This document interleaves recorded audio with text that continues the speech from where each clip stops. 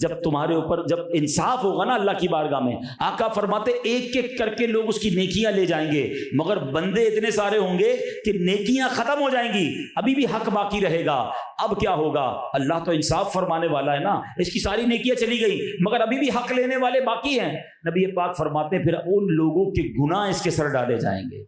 ادھر کرنسی جو ہے نا، جی کرنسی کہہ لیں، مال کہہ لیں، وہ اعمال ہی ہوگا، پلس میں وہ ہوگا جس کی نیکیاں زیادہ ہیں، مائنس میں وہ ہوگا جس کے گناہ زیادہ ہیں۔ تو فرمایا ان لوگوں کے گناہ اس کے سر ڈالے جائیں گے اور پھر اعلان ہوگا کہ اس شخص کو جہنم میں ڈال دیا جائے۔